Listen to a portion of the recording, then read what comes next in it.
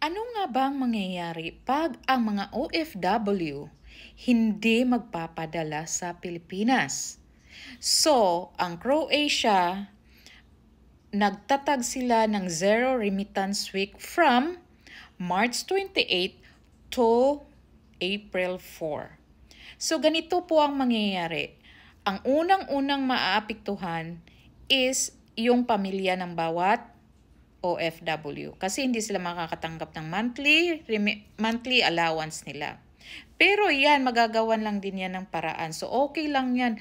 Magtiis ang bawat Filipino para lang sa pinaglalaban ng mga OFW na pauwiin si Pangulong Duterte. So ngayon guys, ang talagang malaking impact dito ay ang economy ng Pilipinas. Bakit? Babagsak ang peso.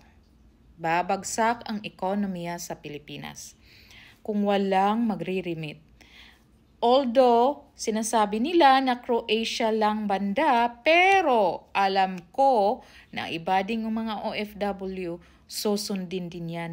Dahil madaming mga OFW na nagkakaisa na gustong-gustong makipaglaban para sa kalayaan ni Pangulong Digong.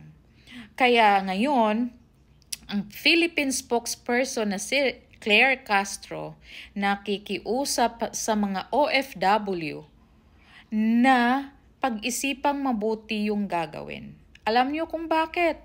Talagang malaki ang impact sa Philippine economy pag walang magpapadala na OFW. Millions, billions ang mawawala.